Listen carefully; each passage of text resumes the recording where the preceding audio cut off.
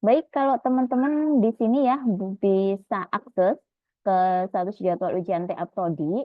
Nah, ini bisa dicek ya namanya ada nggak gitu. Nah, di sini itu ada sekitar 160 berapa ya? 68 ya yang eh apa namanya sudah disetujuin ya, ada terjadwal. Oh, tidak diproses. Nah, ini ada beberapa yang memang keterangannya tidak diproses. Tolong teman-teman amatin ini ya. Kalau terjadwal mah oke, gitu. Berarti aman, ya. Kalau terjadwal aman. Berarti kalau misalnya teman-teman ini statusnya misalnya tidak diproses melebihi deadline. Sebentar. Ini Raffi. Raffi? Tadi Raffi? Iya, Bu. Ini ya. Ya, Bu, Kurangnya itu. surat persetujuan dosen pembimbing untuk ujian proposal. Selain itu hapus atau coret. Nah, ini kurang dicoret ya, Raffi ya. Iya, saya kirain yang bawahnya doang, ternyata yang atas juga gitu. Baik. Sebenarnya teman-teman gini ya, ketika prodi itu membuat suatu administrasi ya, ya sudah upload di Siska, upload di apa namanya, harus isi form juga. Mungkin kesan dari teman-teman itu ribet gitu ya. Kan sudah upload, harus bolak-balik upload gitu. Nah, sebenarnya dari prodi itu untuk memudahkan proses teman-teman ujian. Karena begini statusnya, teman-teman yang daftar TA itu masuk di Siska ada sekitar 300, dari 300 mahasiswa. Dan nggak semuanya itu ikut ujian proposal. Karena sudah ujian proposal di semester lalu, iya kan? Nah, kalau misalnya prodi ngecek satu-satu nih yang ujian proposal di Siska, takutnya terlalu lama. Makanya kenapa prodi itu kemudian membuat formulir pengajuan validasi TA ya. Jadi acuannya prodi adalah siapa yang mengisi formulir pengajuan validasi TA itu anggapannya mereka sudah mengisi Siska dan sudah memang mengajukan ujian. Ujiannya seharusnya apa? Ujian proposal atau ujian hasil. Begitu. Ya, untuk memudahkan. Karena apa? Kalian kan hari Minggu lalu ya, Senin, Selasa, Rabu itu jadwalnya untuk daftar ujian proposal. Hari Kamis, Prodi itu memvalidasi. Jadi mereka acuannya di formulir pengajuan validasi. Kira-kira dokumennya itu sudah terupload semua nggak? Itu mungkin ada bukti SS-nya masih kosong atau apa itu ya, karena di formulir pengajuan ini juga upload dokumen kan ya, teman-teman? Iya nggak? Screenshot doang, Bu. Oh, screenshot doang. Bukan dokumennya diupload. Enggak. Screenshot Siska itu yang udah di-upload, itu di screenshot masukin ke formulir sini. Oh ya, oke. Berarti memang ada yang kurang di situ ya. Contoh kayak Raffi ini bukti SS-nya masih kosong, ya. Ini memang Raffi bukti screenshotnya masih kosong. Raffi, Ya, yang pas pertama kali ya masih kosong. Nah, yang kedua kalinya enggak, Bu. iya. Jadi teman-teman usahakan upload dokumen itu satu kali saja ya, biar tidak terlalu banyak apa namanya data yang masuk ke form itu. Gitu. Sehingga itu kan akan membuat lama juga ya. Kalian kan pengen cepet ya. Terus apa namanya? Prodi itu buat sistemnya juga ingin mempercepat, tapi tolong ya apa namanya? Sekecil apapun syarat administrasinya itu tolong dicek ya. Jadi jangan sampai kurang kayak gitu. Sesimpel misalnya, ini surat persetujuan pembimbing untuk ujian proposal ya. Selebihnya yang ujian apa namanya hasil kemudian sidang TA itu harus dicoret. Kalau nggak dicoret emang bermasalah, buat prodi itu bermasalah karena apa, itu administrasi teman-teman gitu. Jadi sama prodi itu akan ditunjukkan, takutnya gini, ini adalah efeknya nanti ke visitasi ya, visitasi akreditasi, kemudian asesor itu akan cek, kemudian kalau misalnya ada cek yang nggak seragam sedikit berarti kan nggak rapi ya. Nah kayak gitu, makanya kenapa di sini prodi agak eh, ini banget ya terhadap aturan ini. Jadi kalau misalnya salah sedikit itu prodi nggak akan memberikan toleransi. Begitu. Sampai sini bisa dipahami teman-teman? Bisa, Bu. Bisa ya. Jadi tolong kerjasamanya untuk teman-teman yang mungkin belum terjadwal, kemudian di shift 4 ini apa? Di sini tidak diproses melebihi deadline dan lain-lain ini ya, banyak banget ya.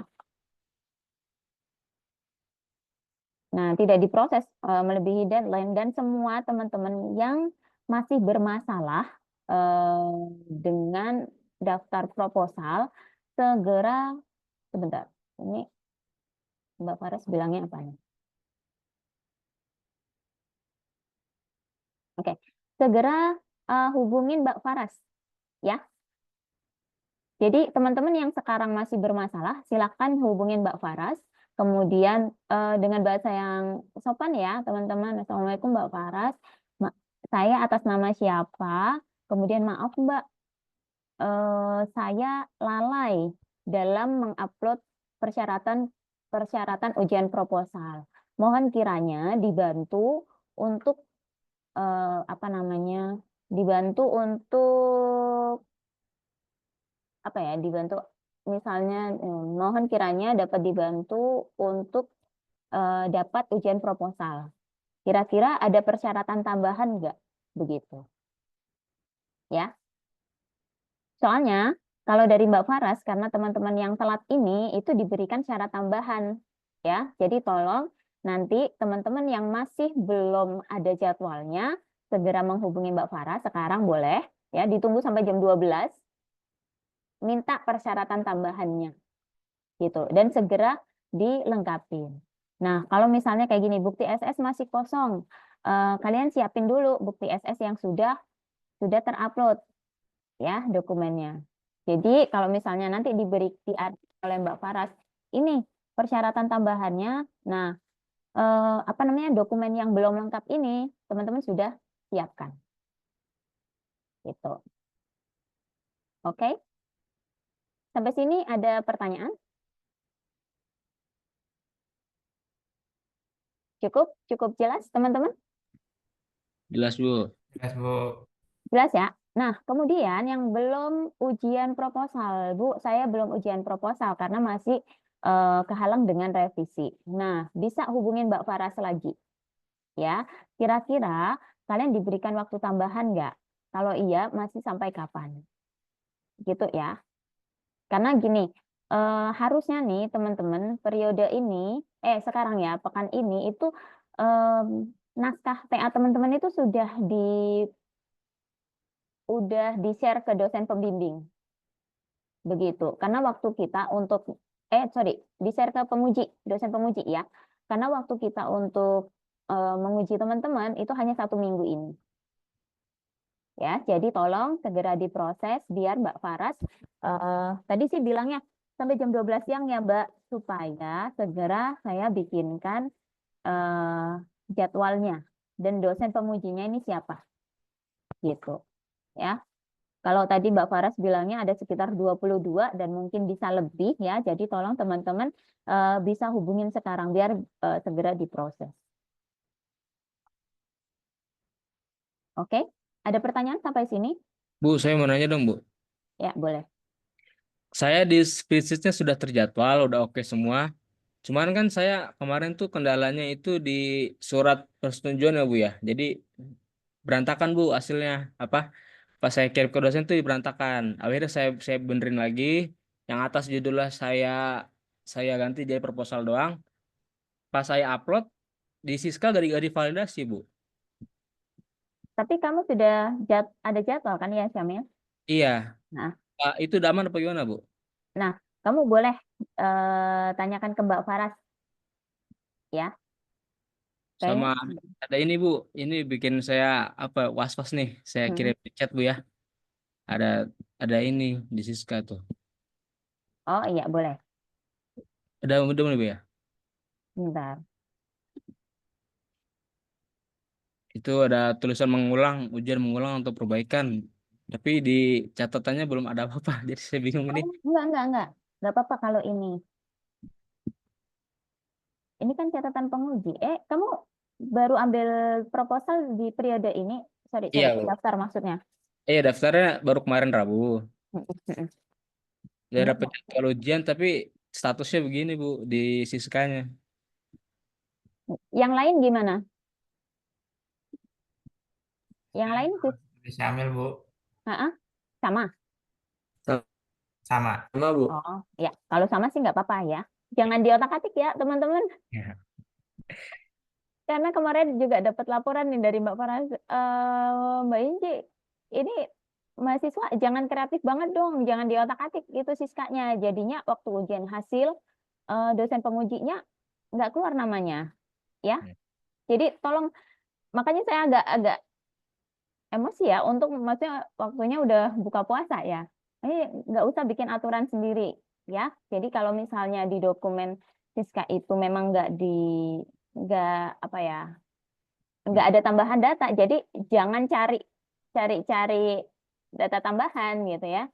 Pun juga link link apa namanya ujian proposal ini siapa sih yang bikin gara-gara nih gitu ya. Padahal saya nggak pernah mengatakan bahwa ujian proposal itu harus tatap muka ya atau presentasi gitu ya. Tolong semuanya apa namanya saling kerjasama ya. Kalau misalnya memang teman-teman itu ada pertanyaan gitu ya, pertanyaan yang ragu, langsung aja mau hubungin saya, nanti bisa ke Mbak Azra ya, terus atau ke Prodi gitu, langsung aja. Jadi jangan ditanyakan ke temennya. Nanti kalau kamu tanyakan ke temenmu, terus kalian punya pikiran sendiri, terus bikin keputusan sendiri. Nah, kalau kayak gitu, ya udah minta nilai aja sama temennya sendiri, ya. Jadi tolong, ya, itu karena waktu kita untuk ujian proposal terus memvalidasi itu nggak banyak, ya. Oke, sampai sini ada pertanyaan, teman-teman? Cukup? Bu, saya Irfan Fahmi izin bertanya. Ya, Untuk nilai ujian hasil itu minimalnya berapa ya, Bu ya? 70. Oh, 70. Heeh. Baik, Ibu, terima kasih. Jadi teman-teman nilai proposal, nilai hasil, ujian proposal, ujian hasil itu minim 70 ya semuanya gitu. Bu, kalau nggak sampai 70 gimana? Berarti kalian harus revisi gitu. Itu nanti ada waktunya lagi ya. Mungkin akan saya jelaskan nanti waktu penyampaian materi. Oke? Ada pertanyaan lagi? Cukup? Oke, kalau cukup saya stop share ya. Sembari saya nunggu laporan dari Mbak Faras nih. Kira-kira teman-teman nih gimana progres untuk pengumpulan PA-nya? Kemudian sebentar. Oke, karena di sini tadi ada Mbak Azra ya, teman-teman. Mungkin saya reminder juga. Kebetulan Mbak Azra ada di perpustakaan ya, yang istilahnya nanti akan banyak membantu teman-teman dalam pengerjaan progres TA. Jadi mungkin habis ini Mbak Azra bisa menyampaikan sedikit ya tentang fasilitas apa sih yang bisa dimanfaatkan oleh mahasiswa TA ya. Oke, Mbak Azra.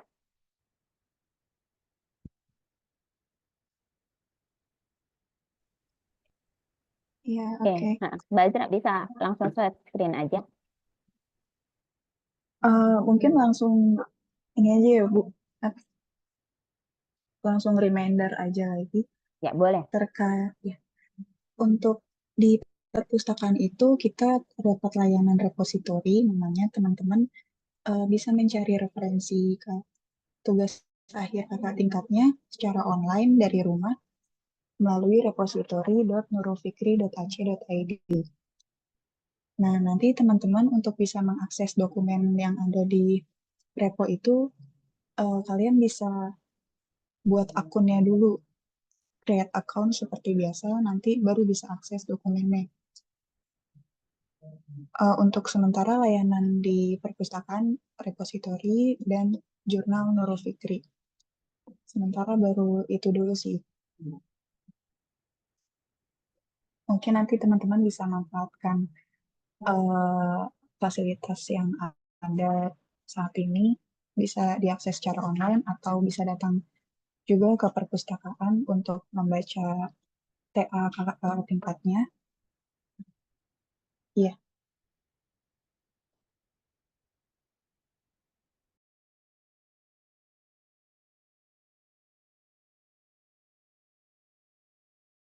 Ini ya, Mbak Azra ya. oh iya, Oke, sama jurnal ya. iya. Untuk Kita itu punya gimana? jurnal.nurulfikri.ac.id. Untuk koleksinya Mbak masih belum bisa diakses secara online ya? Koleksi yang mana? Koleksi bukunya.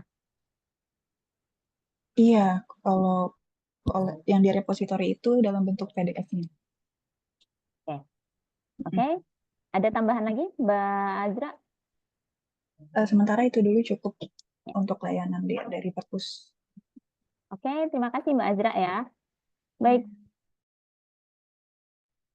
Baik teman-teman ya, karena emang di sini Mbak Azra itu stay di perpus, jadi menurut saya suatu kesempatan besar ya buat teman-teman ketika nanti mengerjakan TA, khususnya ketika teman-teman itu datang ke kampus ya. Jadi langsung aja ke kampus A ya, Mbak Azra ya. Betul, di lantai 5. Ya, oke. Langsung aja ke kampus A, kemudian di lantai 5 teman-teman bisa pinjem ya atau pakai koleksi TA kakak-kakak tingkat. Gak cuma koleksi TA ya, teman-teman, tapi juga ada buku teks yang mungkin bisa menambah buat referensi teman-teman. Gitu. Jadi kalau misalnya teman-teman kemarin daftar referensi DTA itu yang dijelaskan kebanyakan artikel gitu ya. Tapi sebenarnya teman-teman bisa ambil dari buku teks. Misalnya buku metode penelitian ya, teman-teman cari aja di online public access catalognya ya atau OPAC-nya dari perpustakaan NF. Nanti kira-kira ada nggak bukunya, tersedia nggak gitu. Dan menurut saya kalau buku itu nilainya juga bagus ya, karena buku itu kan apa namanya melalui proses review. Jadi nggak cuma artikel, buku juga bisa kita jadikan bahan referensi yang kredibel gitu. Nah, kalau misalnya teman-teman nggak ada waktu nih ya, saya ingatnya gini, ya saya turut berduka cita ya buat teman-teman yang mungkin terdampak banjir kemarin, karena ada beberapa anak bimbingan saya yang terdampak sampai mereka itu nggak bisa ikut daftar ujian proposal kemarin ya. Dan mungkin di sini juga ada itu. Terus teman-teman sekarang ngebut gitu kan dalam pengerjaan proposalnya. Teman-teman referensinya bisa ambil atau mengakses ya repositori di NF gitu. Tapi teman-teman harus bikin akunnya dulu nih ya. Di create account, kemudian ikutin aja alurnya ya. Insya Allah di situ akan tampil beberapa aja Mbak Azra yang dibuka. Iya, untuk saat ini masih close access, jadi harus untuk mendownloadnya kita punya akun dulu gitu. Iya, terus beberapa aja yang dibuka di reponya? Semua? Oh, semua. Ya, sekarang Oh. Tapi nggak bisa di-download ya? bisa kalau punya akun. Oh, oke. Ya. Ya, jadi teman-teman nanti bikin akunnya dulu gitu kan? Karena ini juga nyambung ke pembahasan kita hari ini. Bagaimana kita akan merangkai atau menyusun bab 4 gitu. Ya. Jadi teman-teman nanti bisa bikin akunnya dulu yang mungkin kemarin ada tanya, "Bu, ini reponya lagi bermasalah ya?" gitu. Nah, kalau saya coba sih hari ini nggak ada masalah sih ya. Jadi tinggal teman-teman nanti bisa create account-nya, kemudian nanti bisa pilih naskah mana yang memang sesuai dengan topik teman-teman. Oke, sampai sini ada pertanyaan teman-teman?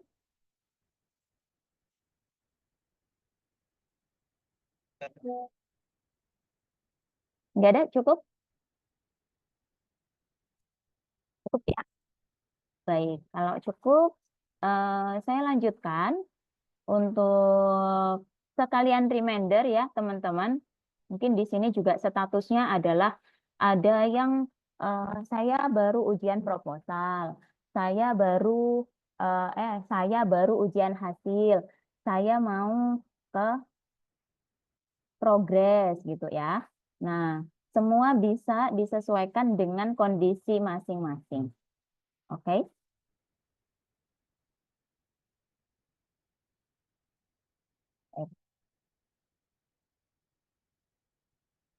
Nah, sudah terlihat teman-teman? PowerPoint saya terlihat ya? Sudah, Bu. Oke, aman. Suara saya cukup aman ya. Kalau misalnya nanti agak nge-lag atau teman-teman kurang paham, bisa ditanyakan lagi. Oke, teman-teman, hari ini kita akan membahas tentang bab 4 ya. Bagaimana penyusunan implementasi dan evaluasi TA periode 2024-2 gitu. Nah, sebenarnya kalau kita lihat nih, kemarin kan baru proposal Bu, kenapa sekarang nggak evaluasi aja? Nah, saya nggak evaluasi ya, karena memang ini adalah masa-masanya dosen penguji itu untuk nge-review atau menilai proposal teman-teman masing-masing. Ya. Nah, ini nanti materi yang akan kita diskusikan, jadi saya reminder ke jadwal ujian TA ya, kemudian nanti penyusunan bab 4. Oke, jadwal ujian TA periode 2024, saya ingatkan lagi ini kalender TA ya. Jadi posisi kita itu ada di bulan Maret ya. Di bulan Maret hari ini tanggal 10 kan. 10 sampai 15 ini pelaksanaan proposal dan ujian hasil periode 1. Ini. Nah, di sini teman-teman, yang namanya ujian proposal, ujian hasil itu enggak ada yang dilakukan secara Zoom gitu ya, secara presentasi itu enggak ada. Jadi dosen penguji hanya mereview. Jadi melakukan penilaian berdasarkan naskah yang teman-teman upload di Siska. Oke, sampai sini paham? Ya, jadi kita dosen penguji itu hanya memberikan penilaian berdasarkan hasil review, hasil penulisan teman-teman. Ya, baik proposal maupun hasil begitu. Nah, di masa-masa ini teman-teman tanggal 10 sampai 15 tolong jangan ada yang menghubungi dosen pengujinya. Biasanya kan ada nih, kalian di Siska kan tahu, oh naskah saya diuji oleh misalnya Pak Lukman atau misalnya Bu Tiffany. Nah, teman-teman jangan ada yang berinisiatif untuk menghubungi beliau. Ya, untuk menanyakan bagaimana Pak ujian proposal saya, jangan. Jadi, biarkan dosen penguji itu fokus dengan tugas dan tanggung jawabnya. Ya.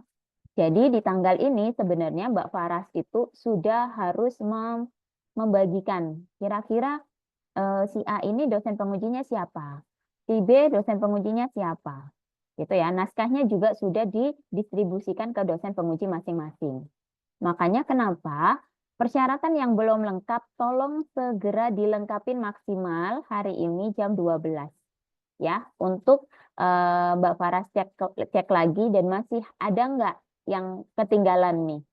Jadi di prodi itu lagi berusaha teman-teman untuk semuanya bisa ikut ujian proposal di periode 1. Ya, sampai sini paham?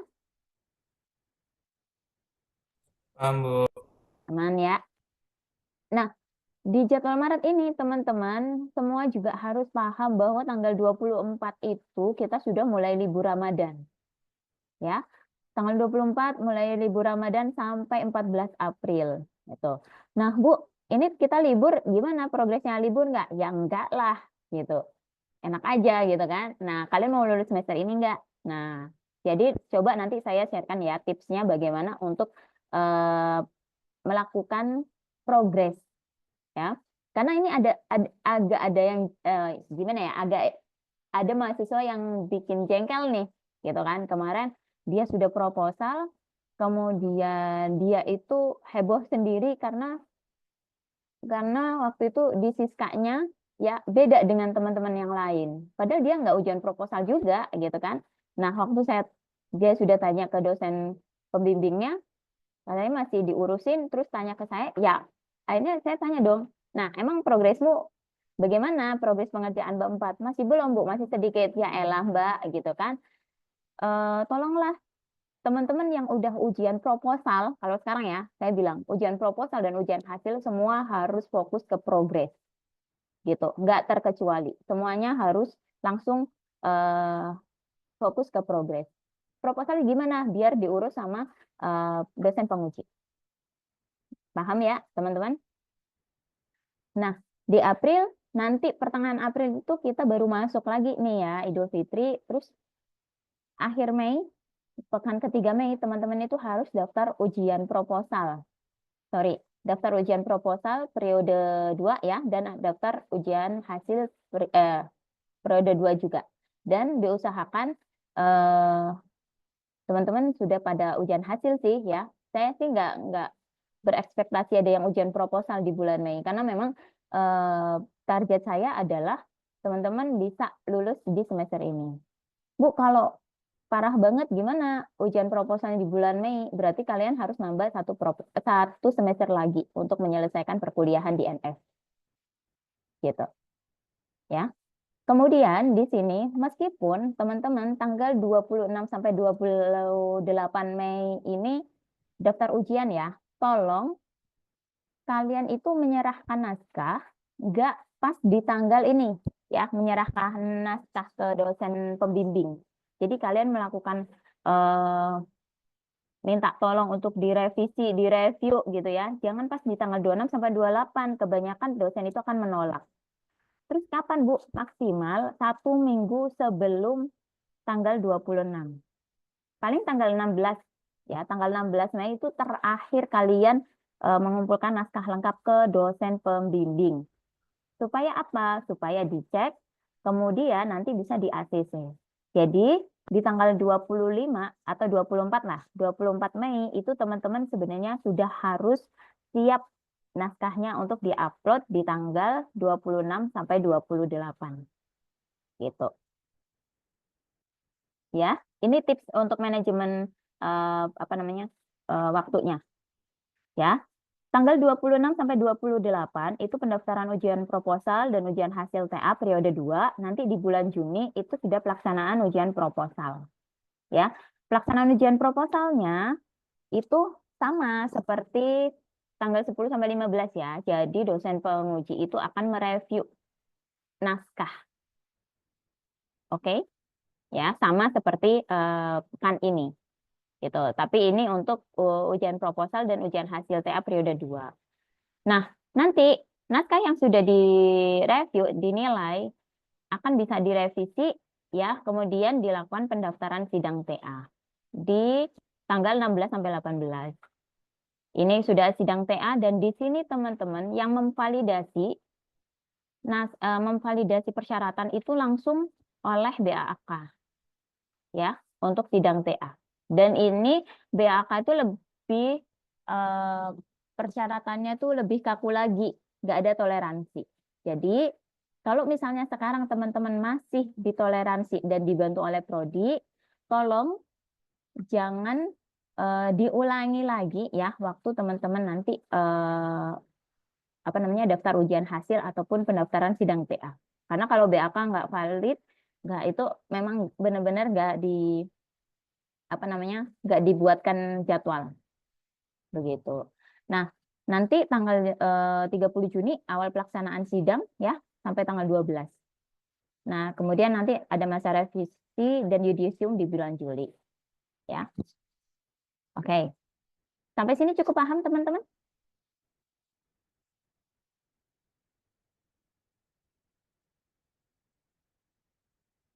Oke ya, masih aman. Kalau ada pertanyaan silakan.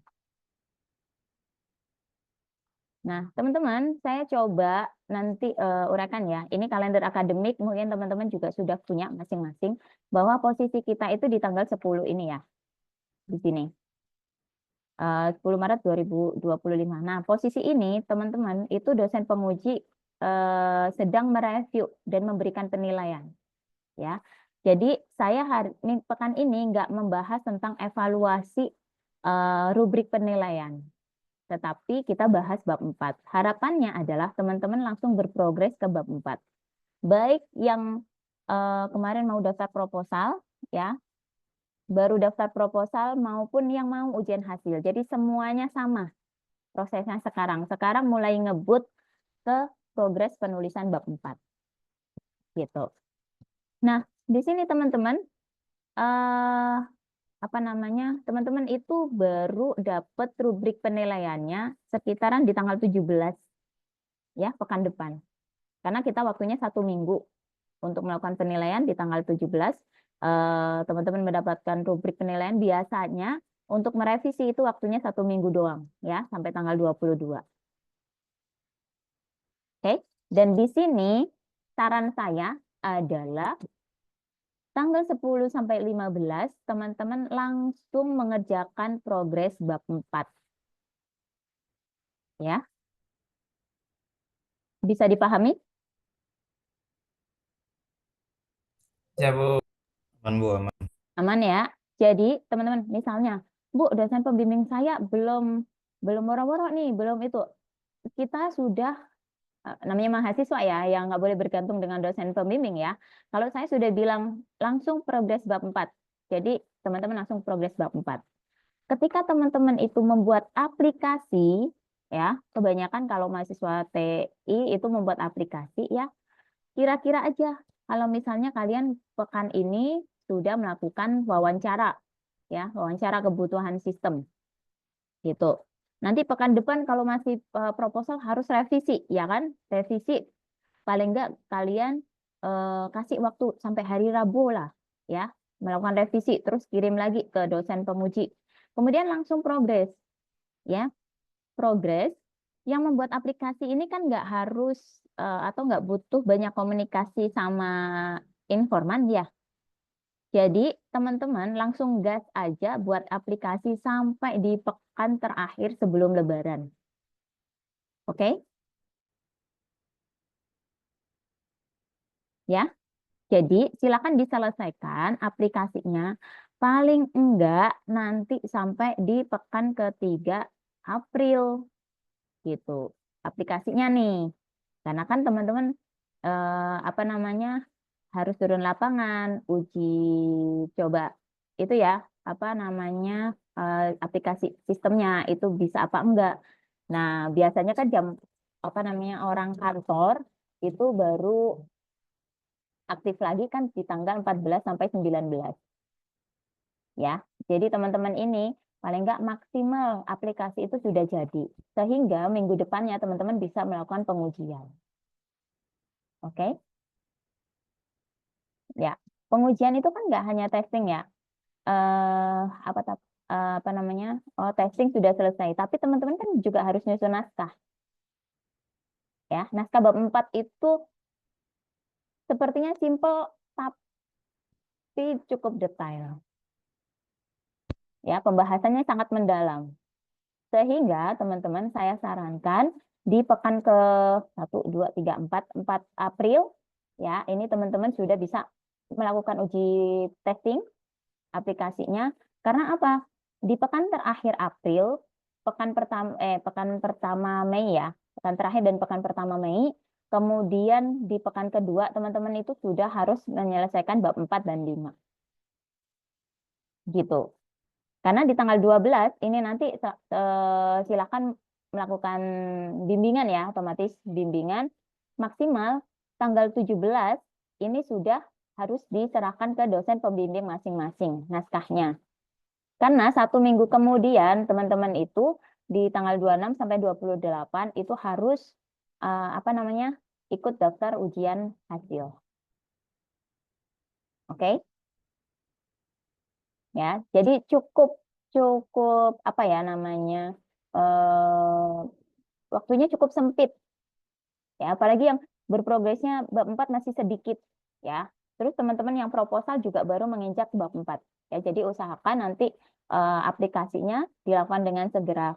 Nah, di sini kalau misalnya Bu ada spare waktu 1 minggu, ini buat apa? Bisa dibuat uji plagiasi, buat direvisi. Karena gini, pengalaman yang lalu nih teman-teman, dosen itu kan pegangnya nggak cuma satu mahasiswa, ya 1, 2 ya, paling nggak 10 lebih.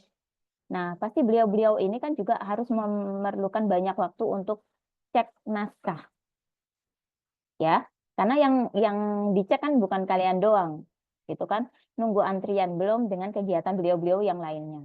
Jadi tolong nanti teman-teman bisa menyerahkan naskah lengkap TA dari cover sampai akhir ya di lampiran itu paling nggak 17 Mei. Gitu. Biar ada spare waktu 1 minggu untuk dosen pembimbing itu cek satu-satu ya. Itu saran saya teman-teman.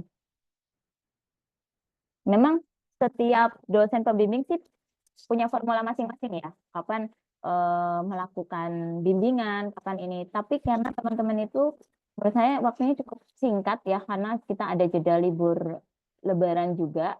Jadi tolong waktu-waktu itu digunakan untuk membuat suatu aplikasi gitu. Ya.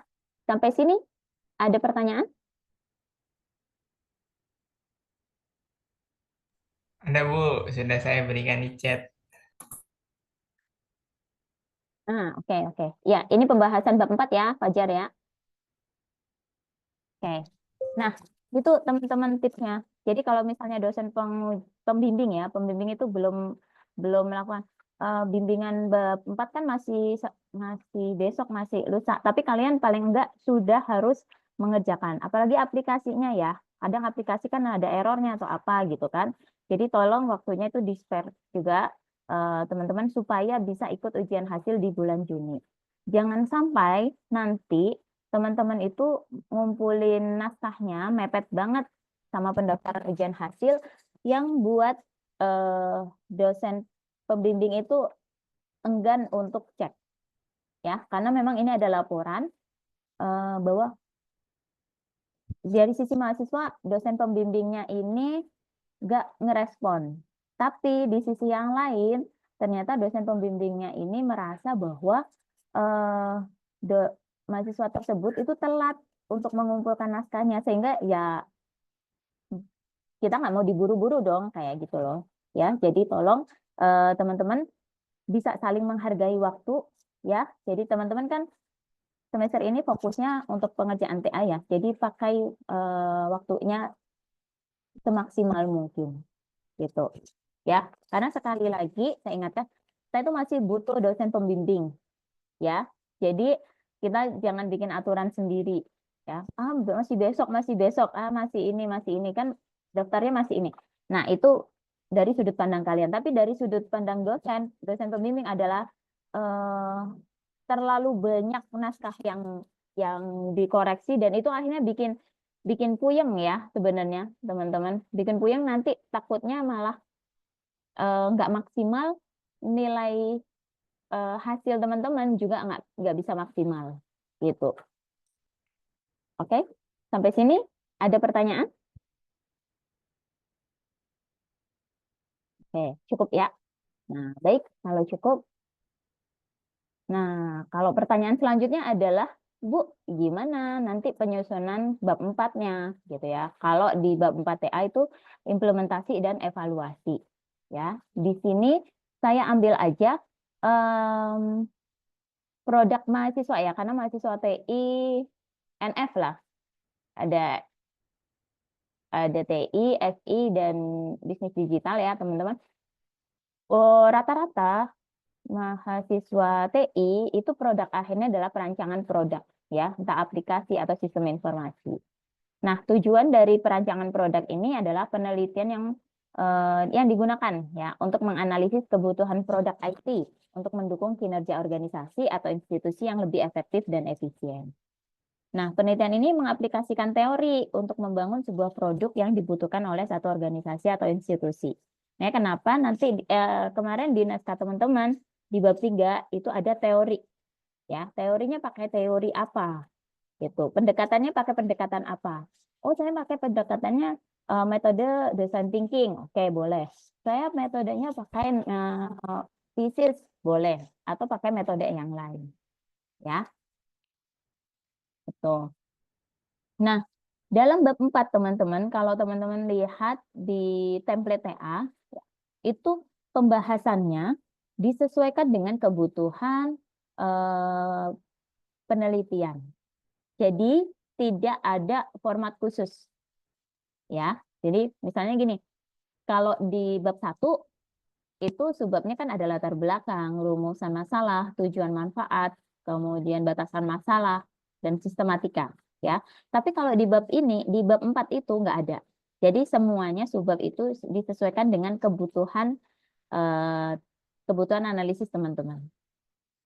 Ya, tipsnya untuk menyusun bab 4 dan yang harus kalian ingat bahwa di laporan bab 4 ini dituliskan apa adanya sesuai dengan data penelitian yang diperoleh. Ya, di sini dibutuhkan sikap ilmiah peneliti, terbuka dan objektif. Jadi, teman-teman, ketika mendapatkan hasil penelitian apapun, itu laporkan saja. Dalam penelitian itu nggak ada yang salah, ya, asal metode penelitiannya itu dilakukan step by step.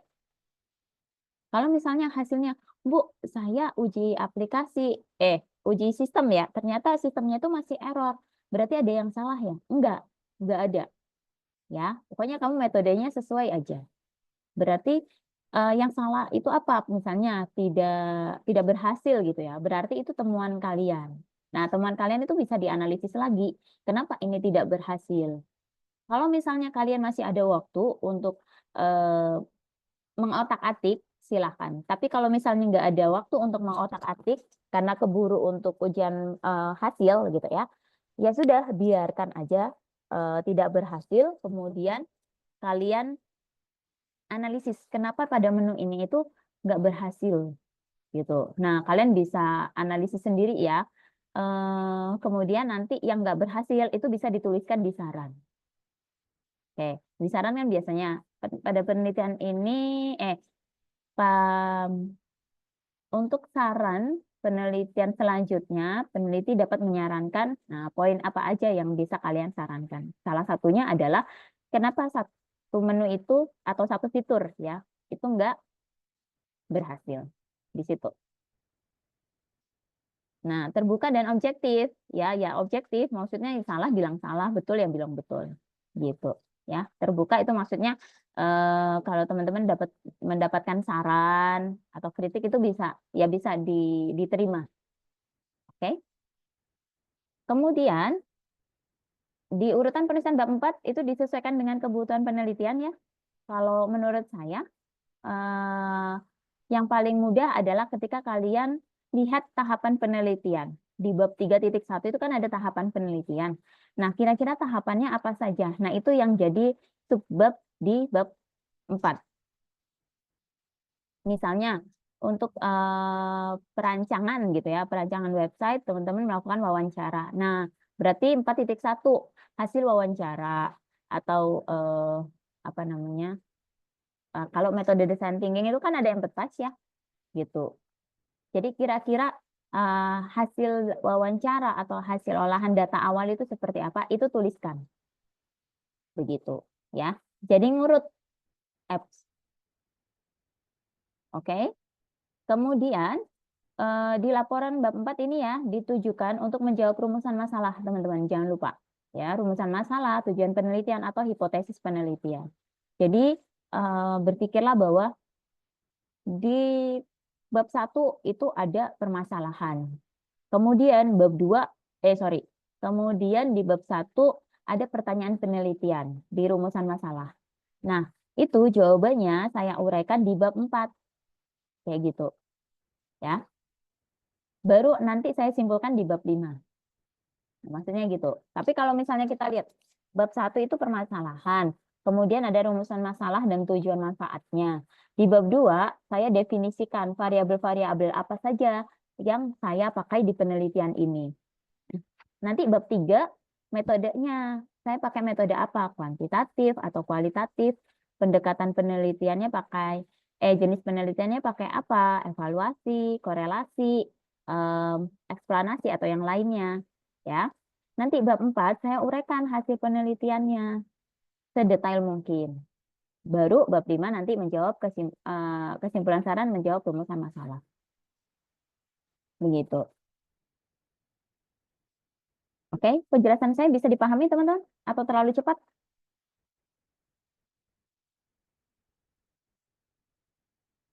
Ada pertanyaan? Ibu, maaf Ibu, Silakan. saya mau validasi aja sih Bu. Buat bab 4 ini berarti isi sub-subbabnya itu terserah dari pengembangan kita ya Bu ya? Oh, oke Bu. Ya, Berarti betul. nggak ada batasannya Bu. Nggak ada Kalau batasannya. kalau bab 3 kemarin kan proposal kemarin dari bab 1 sampai bab 3 itu kan ada minimal lembarannya ya Bu ya. Kalau misalkan lembarnya kayak misalkan minimal ada 15 lembar. Kemarin waktu proposal tuh kan ada tuh di indikator penilaian. Itu bukan lembaran, itu referensi. Oh, referensi ya Bu ya. Bentar. Kalau bab 1, 2, 3 itu nggak ada maksimal minimal harus berapa lembar, nggak ada. Kalau referensinya ada minimal 15. Oh, oke. Gitu. Berarti ini juga nggak ada ya Bu ya? Kalau bab 4 nanti nggak ada. Nanti Oke, kita cek ke rubrik juga ya. Oke, baik Bu. Oke, ada pertanyaan lagi? Cukup? Nah, setidaknya teman-teman ada gambaran ya. Nanti bab 4 itu saya mau menyusunnya seperti apa. Subbab apa saja yang kira-kira nanti akan saya tuliskan. Gitu. Nah, teman-teman bisa bikin draftnya dulu ya. Misalnya bab 4.1 data demografis, bab 4.2 nanti tahapan penelitiannya tentang empathize, bab 4.3 tahapan kedua apa. Kayak gitu. Ya. Jadi dibikin draftnya aja. Kalau misalnya nanti ketika teman-teman itu bimbingan dengan dosen pembimbing, oh ini tambahkan 1 bab lagi sebelumnya sesudahnya, itu masih bisa diotak-atik. Ya, tapi setidaknya teman-teman bikin draftnya dulu. Gitu. Ya.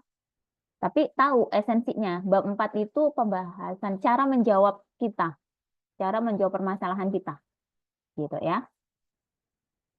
Nah, nanti di bab 4 yang terakhir, karena ada implementasi dan evaluasi ya, hasil implementasi dan evaluasi itu baiknya selalu dikaitkan dengan teori atau dengan penelitian terdahulu. Sehingga komunikasi ilmiah itu bisa terjalin. Ya. Jadi, jangan difikirkan bahwa reference hanya ada di bab 1, 2, 3. Enggak. Tapi di bab 4 lebih baik diberikan. Meskipun ada 1 atau 2 reference yang dikaitkan. Ya, karena itu untuk menguatkan hasil penelitian teman-teman. Gitu. Beberapa Bu yang nggak ada referensinya. Bab 5, kesimpulan dan saran itu nggak ada referensinya. Kemudian abstrak. Ya, kalau misalnya abstrak, kemudian bab 5 itu kalian pakai reference, berarti salah. Ya. Oke. Nah, di sini penjelasan bab 4. Apa aja sih Bu yang dijelaskan? Ini sebenarnya ada di template ya. Cuma saya akan jelaskan satu-satu gitu. Jadi yang pertama menjelaskan rancangan penelitian itu secara detail sampai cara kerjanya, arsitektur sistemnya seperti apa, flowchart-nya gimana dan sebagainya. Ya, kita ketika ada rancangan penelitian nih, berarti kan di bab 3 ya, tahapan penelitian. Oh, di dalamnya ada rancangan penelitian. Nah, itu jelaskan secara detail. Apakah nanti dalam bentuk cara kerja, tabel ataupun gambar. Nah, itu semua harus diuraikan detail di bab 4. Begitu. Kemudian ada flowchart-nya, bagaimana cara membuat flowchart-nya. Nah, itu bisa teman-teman sesuaikan. Ya. Kemudian ada prototipe juga kalau misalnya membuat ya. Jadi menu aplikasi antar mukanya seperti apa, itu jelaskan juga secara detail. Bu, apakah gambarnya nanti harus di SSI ya? Ya, jadi dari hasil laporan kita bikin prototipenya seperti apa, terus SS aja, terus masukkan ke dalam naskah. Jangan lupa berikan judul tabel, judul gambar. Begitu. Kemudian hasil penelitian ini ya diuraikan dengan memberikan bukti hasil olahan, ya. Kemudian hasil dan pengujian dituliskan secara lengkap, baik berupa tabel maupun grafik yang kemudian diuraikan dalam paragraf. Nah, teman-teman perlu diingat bahwa tabel dan gambar yang ada di antara bab 1 sampai bab 4 itu harus diuraikan dalam paragraf. Jadi tabel dan gambar itu nggak serta-merta pokoknya dicantumin terus kita nggak menjelaskan, ya itu nggak bisa. Meskipun kita sebenarnya kalau baca sendiri bisa gitu ya, tapi memang di TA di naskah penelitian itu kan kita apa namanya perlu menekankan sikap ilmiah gitu ya. Kita perlu memaknai tabel ini maksudnya apa, gambar ini maksudnya seperti apa, tabel ini menjelaskan apa, gambar ini menjelaskan apa, itu kita uraikan. Sehingga apa? Ketika kita membaca tabel ataupun gambar antara satu pembaca dengan pembaca yang lain itu tidak menimbulkan interpretasi yang berbeda-beda gitu. Jadi ketika kalian membuat tabel, artikan, uraikan dalam paragraf berdasarkan tabel 4 titik berapa. Tabel tersebut menceritakan tentang apa, hasilnya seperti apa. Itu uraikan. Ya. Kalau misalnya grafik, Bu, sama. Kalau gambar sama. Ya. Jadi semua tabel, gambar dan grafik itu harus diuraikan. Sampai sini paham? Paham, Bu. Ya. Nah, kemudian teman-teman nanti ada evaluasi juga ya, ada implementasi dan evaluasi. Kadang kan habis kita mengimplementasi mungkin ada beberapa hal yang butuh dievaluasi. Nah, itu juga bisa tuliskan ya. Ditulisnya lewat apa, Bu? Ada yang menyajikan itu lewat data hasil pengujian. Ada yang memang hasil pengujian yang nggak berhasil. Nah, itu juga bisa dijadikan dievaluasi. Terus gimana, Bu? Saya mau pakai yang mana? Pakai yang mana aja bebas. Ya, asal kalian menulisnya dengan komunikasi tetap ya komunikasi dengan dosen pembimbing dan pembahasannya itu cukup di satu bagian saja. Jangan redundant ya. Maksudnya gini, kalian membahas tentang hasil pengujian itu ada di bagian evaluasi. Tapi di bab sebelumnya di analisis sebelumnya kalian juga membahas hal yang sama. Nah, itu jangan ya. Jadi kalian bahas di satu tempat aja, tapi menyeluruh. Gitu. Ya. Nah, evaluasi itu bisa dituliskan dengan membandingkan hasil penelitian terdahulu ya, baik penelitian yang mendukung atau nggak mendukung penelitian kita. Misalnya, dengan menggunakan metode PISIS ini ternyata hasil kita positif.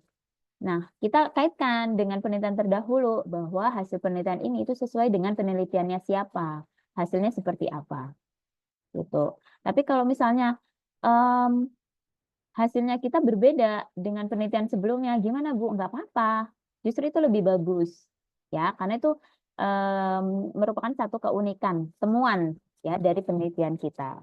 Kalian tinggal bilang aja hasil penelitian ini bla bla bla bla bla.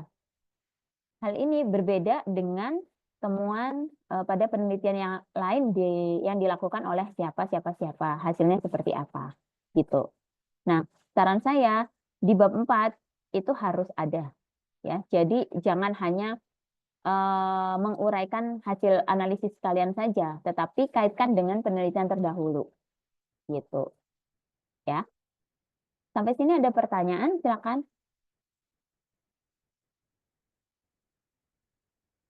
Cukup? Ibu, maaf. Ya. Sebelumnya mohon maaf, Bu, ini bakal sedikit narik pembahasan. Kalau misalkan, tadi kan Ibu bilang pas lagi yang bab 1 sampai bab 3 itu nggak ada minimal halaman ya, Bu ya. Cuman ternyata di pedoman tugas akhir itu ada, Bu. Oh, di pedoman TA.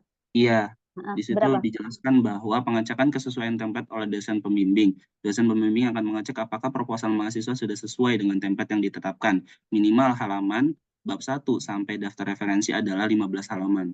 Oh, oke. Ya. Jadi apakah nanti di bab 4 ini juga sama, Ibu? Maksudnya sampai selesai ini kita tuh enggak. ada minimal halamannya atau enggak? Enggak. Kalau di Enggak bab deh. 4 ini enggak. Tapi sorry. Berarti gini, Kalau di pedoman itu ada minimal 15 ya, Fajri. Iya, minimal 15 Ibu. Berarti diharapkan bab 1 sampai bab 3 itu pembahasannya juga nggak singkat-singkat gitu loh maksudnya. Ya, nggak terlalu sedikit. Apalagi bab 2 gitu. Oh, Karena kan kadang cuma 10 halaman. Nah, itu kan apa namanya belum menjelaskan. Kalau bab 1 2 3 10 halaman kan parah banget ya menurut saya ya. Maksudnya bab 1 aja kita bisa 4 lembar gitu kan. Bab 2 harusnya lebih dong, nggak cuma 3 kan. Nah, itu kayak gitu, Fajri. Dan makasih ya juga sudah di reminder gitu. oke Ibu. Bab 1 2 3. Nah, untuk bab 4 itu nggak ada minimal kan memang penjelasannya ini detail sekali. Karena apa? Di bab 4 ini kalau kita nggak menjelaskan detail itu bisa jadi makanan pertanyaan oleh penguji nanti waktu di sidang TA. Gitu. Kadang kan kalian menggambarkan nih, mencoba aplikasinya ya, demo aplikasi. Nah, ini nih. Nah, apakah ini sudah tertulis di TA-nya? Nah, kayak gitu loh. Ya. Oke. Jadi di cross check lagi. Nah, seringkali teman-teman itu mungkin kebanyakan screenshot. Nah, itu juga bikin capek atau apa gitu ya. Teman-teman kalau aplikasi jago, naskahnya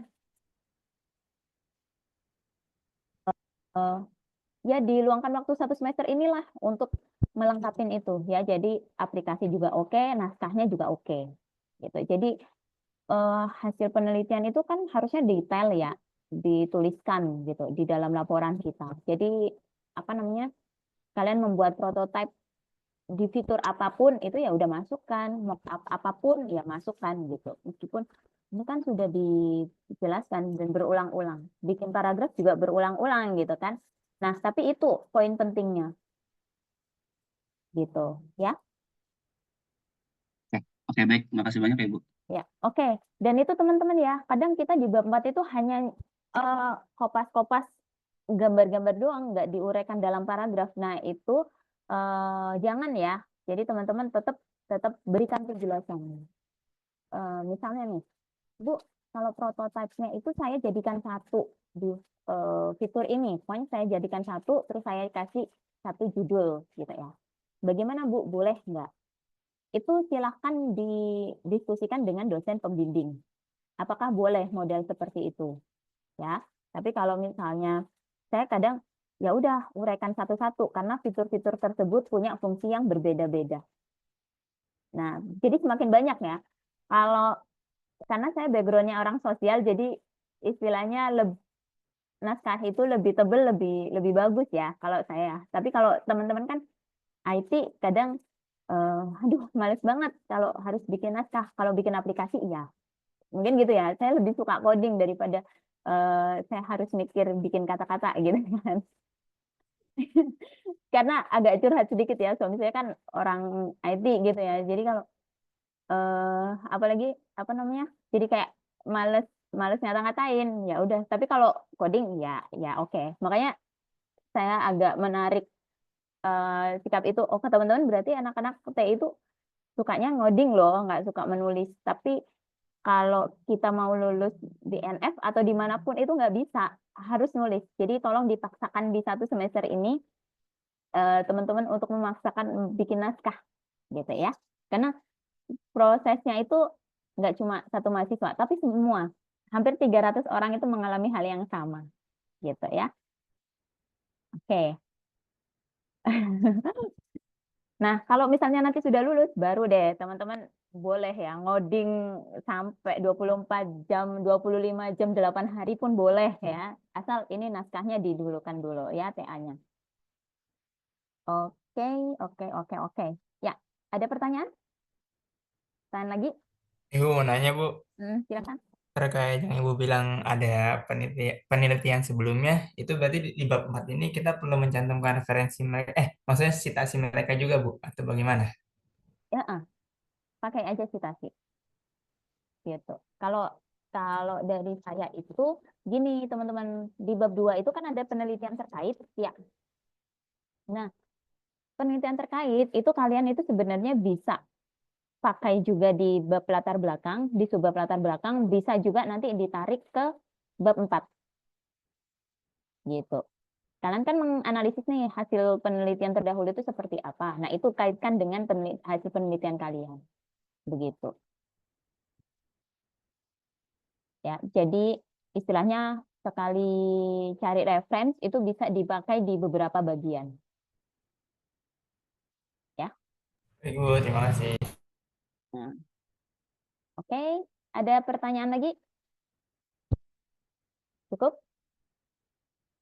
Nah, apa namanya? Next, sebentar. Nah, ini nanti penyusunan bab 4 ya. Kalau saran saya sih teman-teman nyusunnya dari mana? Bikin aja draftnya dulu. Kalau gampangnya sesuaikan dengan tahapan penelitian. Misalnya kalian pakai tahapan ini ya, kan ada mendeskripsikan masalah, menganalisis masalah, mempelajari literatur, langsung ke pengembangan metode. Ya, kalau ini bab mulai sampai pengumpulan data ini biasanya sudah terjawab di bab 1, 2, 3.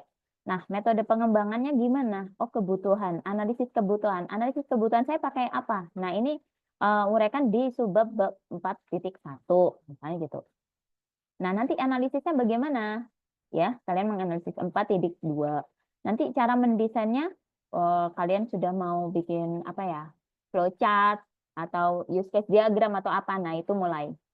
Ya, jadi menurut saya sih bikin draftnya dulu melalui tahapan penelitian yang kalian pakai. Sembari nanti nunggu masukan dosen pembimbing ya, perlu ditambahkan subbab apa. Gitu. Nah, ini juga tahapan penelitian. Ya. Jadi kalau di bab 3 itu kan kalian ada tahapan penelitian. Terus ada paragrafnya, uraiannya ya. Per bab itu apa saja. Nah, itu kan istilahnya kayak rencana yang akan kalian lakukan. Bab 4 itu sudah hasil implementasinya. Ya, jadi kenapa bab 4 namanya implementasi dan evaluasi. Jadi hasil implementasinya seperti apa? Tahapan yang direncanakan dan ditulis di bab 3, hasilnya seperti apa? Itu diuraikan di bab 4. Gitu. Ini sebenarnya mudah untuk dijelaskan, tetapi sangat jenuh untuk dilihat.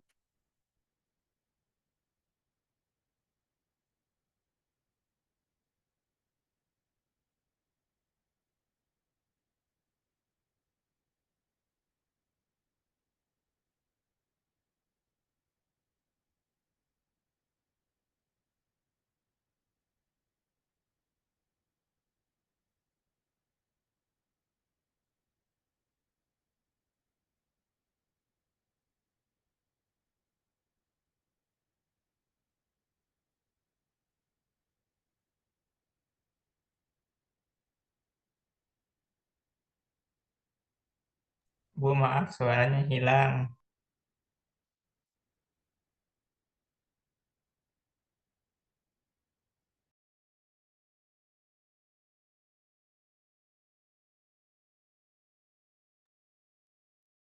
Sudah muncul lagi suaranya?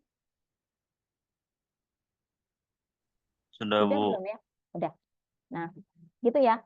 Data demografis ini apa, Bu? Biasanya kalau kita itu penelitian, ini tuh data status atau data identitas dari informan atau responden yang kita berhasil kita himpun.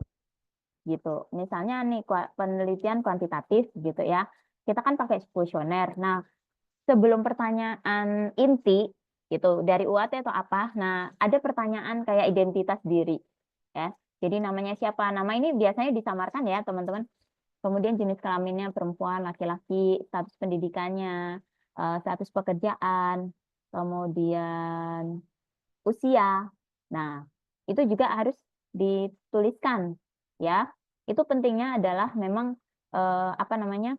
Bahwa informan atau responden yang teman-teman pilih itu sesuai dengan kriteria penelitian teman-teman. Gitu. Bu, saya nggak pakai kayak gitu karena yang jadi informan atau responden saya itu orangnya cukup sedikit gitu ya, misalnya hanya 5 atau apa. Nah, tuliskan aja data demografisnya misalnya di bagian keuangan gitu ya, ada siapa aja misalnya supervisor, terus staff. Nah, tugas dan tanggung jawabnya apa? Nah, itu juga tuliskan. ya. Gitu. Kalau kalian pakai mau tabel, mau grafik gitu ya. Nah, tuliskan judul gambarnya misalnya gini, gambar 4.2 deskripsi responden gitu ya. Nah, di sini uraiannya kalian bisa tuliskan bahwa penulis mengelompokkan usia responden menjadi 8 kelompok seperti terlihat pada gambar 4.2. Jadi judul gambar dan judul tabel itu harus disebutkan dalam tabel. Ya, saya mohon maaf ini contohnya nggak ada penyebutan ya. Penyebutan di tabel, tapi saya sudah informasikan dan tolong itu bisa diperhatikan oleh teman-teman. Cukup ya. Data demografis, kemudian Bu, kalau saya ada wawancaranya gimana? Tulis aja data wawancaranya seperti apa. Misalnya ya, data wawancara ini ada kan. Hal ini diungkapkan oleh Hikmah Aulia, contohnya ya, Hikmah Aulia Putri itu informannya. Kalau kita wawancara kan berarti istilahnya informan ya. Tapi kalau kuesioner berarti responden gitu. Nah, ini informannya namanya siapa, tanggal berapa, dan hasil jawabannya itu seperti apa. Gitu. Itu bisa dicantumkan langsung di dalam paragraf. Oke. Itu. Nah, data-data gini ini yang penting ya untuk diuraikan di bab 4. Kemudian kalau misalnya Bu saya hasil analisis sistem, ya udah tuliskan aja secara jelas. Ya, seperti ini misalnya analisis sistem. Nah, di sini mungkin paragrafnya bilang tuliskan ya dalam tabel 2 titik berapa gitu kan. Tabel 2.2 user stories ini harus di italic ya. User stories tersebut maka dapat disimpulkan bahwa pengguna ingin bla bla bla bla bla. Misalnya kayak gitu. Oke. Pun juga use case diagram. Ya, ini ada use case diagram. Harus dikata-katain ya. Kemudian ada activity diagram, ini jelaskan juga secara detail, gitu kan. Nah, hasil mock-up-nya juga bisa dijelaskan. Kemudian prototype, nah, kemudian hasil pengujian sistem juga dijelaskan. Nah, kalau ini hasil evaluasi, ya. Jadi waktu saya menemukan satu contoh di sini bahwa ada satu penelitian kakak tingkat kalian gitu kan. Evaluasi sistemnya itu dikaitkan dengan hasil penelitian terdahulu. Jadi di sini tuliskan aja misalnya hasil SUS dengan skor 75 berarti masuk ke kategori apa? Yang artinya berapa.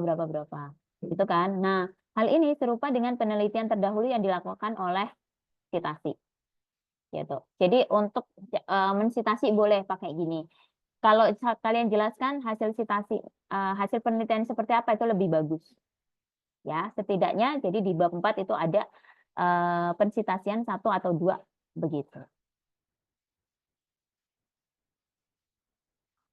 Nah, ini catatan penting ya, teman-teman. Jadi dalam penyusunan bab 4 nanti akan lebih banyak menyajikan tabel dan gambar gitu. Jadi tolong beberapa hal yang perlu diperhatikan. Pastikan judul tabel dan gambar itu sesuai dengan pedoman TA ya. Penulisan judul tabelnya, gambar 4 titik berapa, tabel 4 titik berapa gitu. Jadi enggak gambar 4, gambar 3, gambar 2 ya. Jadi ada penyebutan gambar beberapa, nomor urut gambar keberapa. Tuh. Kemudian semua tabel dan gambar harus diuraikan dalam paragraf gitu ya. Misalnya nih, ini ada bab poin 3 penjelasan dalam paragraf harus menyebutkan judul tabel dan gambar ya. Contohnya, misalnya berdasarkan gambar 4.2 dituliskan bahwa prototipe sistem registrasi ini terdapat logo perusahaan sebagai identitas perusahaan. Serta ada menu pendaftaran untuk anggota masuk lebih jauh ke dalam aplikasi ataupun anggota baru yang akan membuat akun baru pada pilihan menu create account. Jadi di uraian paragraf misalnya ya, dia menguraikan hasil ini misalnya. Kalian jelaskan. Pada gambar 69, sorry, ini harusnya 4 ya. Pada gambar 4.69 peneliti membuat prototipe registrasi seperti ini, di mana ada logo perusahaan yang menuliskan identitas perusahaan, kemudian juga ada fitur daftar sekarang. Di daftar sekarang itu dihubungkan dengan Google atau apa gitu ya. Juga ada layanan masuk untuk apa namanya anggota yang sudah mempunyai akun atau ada misalnya daftar ini untuk apa-apa gitu. Jadi setiap gambar ada paragraf penjelasnya. Setiap gambar ada paragraf penjelasnya. Meskipun itu penjelasannya hanya 1-2 kalimat ya, tapi usahakan ada. Begitu.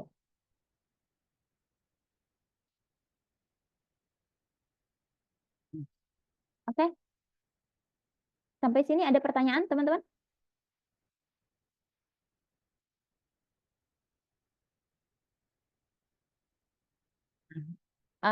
Mungkin teman-teman baru akan apa namanya menerapkan ini itu waktu penyusunan bab 4 ya. Tapi setidaknya sekarang teman-teman bikin draftnya dulu dan fokus ke aplikasinya. Aplikasinya itu harus jadi. Ya, kalau misalnya, Bu, saya sudah melewati tahap wawancara, kerjakan dulu bab 4. Jadi dicicil dulu. Ya. Nah, kemudian ada tugas ya, tugas 1 gitu kan.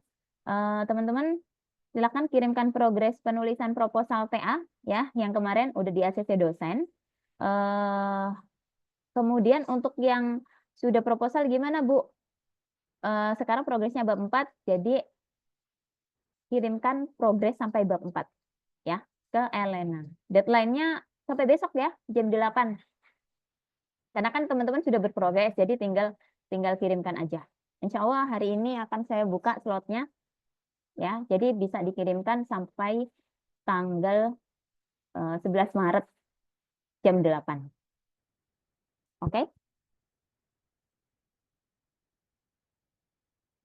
Nah, ini sebagai nilai tugas ya, teman-teman, bukan bukan kehadiran. Kalau kehadiran kan memang ada sendiri ya. Ini nilai tugas. Jadi insya Allah 1 semester itu saya akan berikan 3. Saya akan cek 3 tugas di kalian. Nah, oke, cukup. Nah, oke.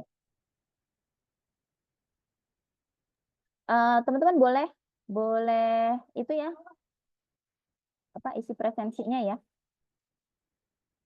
di chat room. Terakhir, sembari isi presensi akan saya jelaskan untuk penilaian di bab 4. Ini ada rubrik, nanti dicek lagi ya.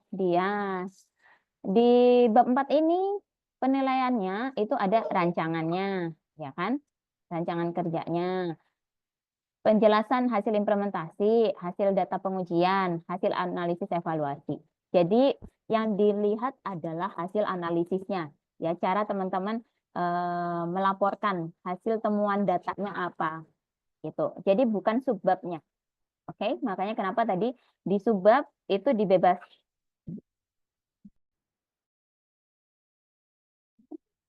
Jadi di bab apa namanya? Bab 4 itu penilaiannya bukan subbab ya, tapi ke detailan hasil analisis teman-teman.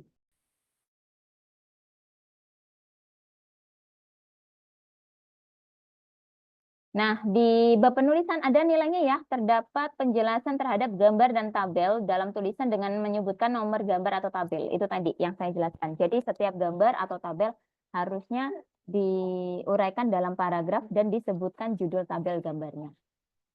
Begitu. Oke? Sampai sini ada pertanyaan? Bu, minta ininya Bu, dokumennya Bu. Boleh ditaruh mana gitu, kalian atau gimana? Dokumen apa nih? Yang tadi, Slide-nya? iya presentasinya. Oh iya, nanti dokumen akan saya share di Elena ya, plus sama rekamannya. Gitu. Oke, ada pertanyaan? Silakan. Bu, izin bertanya, Bu. Tadi mengenai data dari informan, kalau saya dalam bentuk transkrip bisa, Bu? Kalau tadi kan Ya. Nah, kalau transkrip gimana Bu? Bisa sekali ya kalau transkrip. Jadi transkripnya itu gini, kalau saya kualitatif itu biasanya transkrip keseluruhan hasil apa namanya wawancara itu saya tuliskan dalam transkrip. Terus saya taruh di lampiran gitu. Nah, untuk analisis datanya saya ambil jawaban-jawaban pentingnya itu baru saya masukkan di bab 4. Gitu, Muklis. Terima kasih, Bu. Menjawab ya, Muklis ya. Iya, Bu, terjawab. Oke, ada lagi pertanyaan? Izin bertanya Bu, terkait ini kan saya kan pakai metode kuantitatif ya, yang dimana saya harus menyebarkan kuesioner kepada responden saya kan yang menggunakan aplikasinya. Nah, baiknya itu berapa respondennya Bu untuk tugas akhir ini? Berapa responden gitu Bu? Banyaknya, sedikitnya? Untuk penentuan responden itu sebenarnya ada teknik pengambilan sampel sih, Fajar. Jadi kamu itu pakainya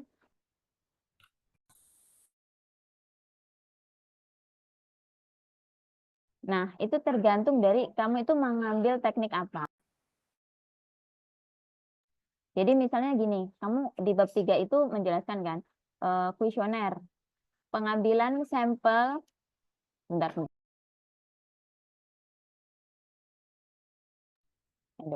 Ya, jadi di bab 3 itu misalnya pengumpulan data itu kan kuesioner.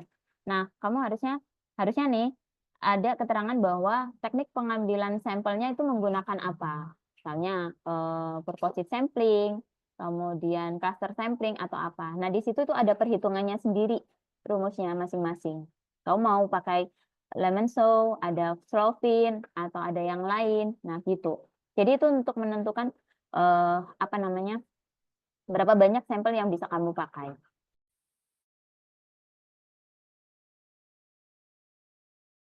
Jelas nggak, Fajar? Ya Bu, jelas Bu, jelas. Ini coba saya tentuin dulu deh, pakai Ya, metode. sama ini ya teman-teman, harusnya kalau kalian itu sudah bab 1, 2, 3 itu nanti kan masih bisa direvisi dan disesuaikan gitu. Jadi misalkan apa namanya, saya belum ada nih sampelnya gitu kan, berapa banyak informan atau responden yang saya pakai sebelum saya jelaskan. Nah, nanti waktu penyusunan bab 4 teman-teman itu masih bisa tambahkan keterangan-keterangan itu di bab 3 gitu. Jadi dilengkapin lagi ya. Jadi bukan berarti kalau sudah ujian proposal bab 1, 2, 3 itu nggak bisa diotak-atik, enggak ya, tapi masih bisa disesuaikan. Sampai nanti sidang TA, selesai sidang TA pun masih bisa direvisi.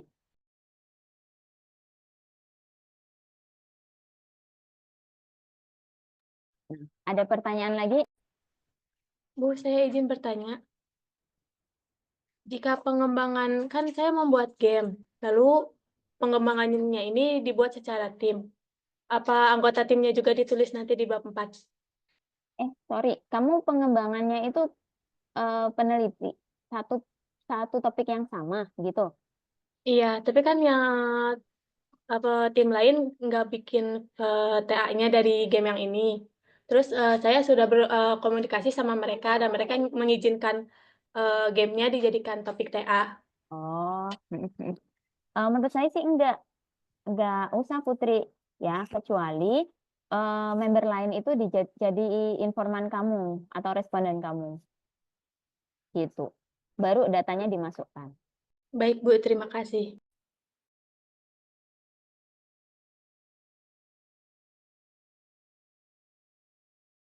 Nah, oke. Ada pertanyaan lagi?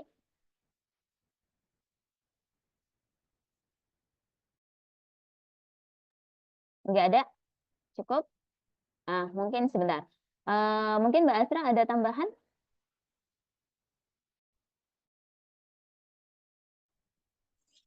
Sudah cukup, Bu. Oke, ya. Mungkin cukup ya. Sorry ya, di akhir-akhir ada apa namanya, suaranya baby.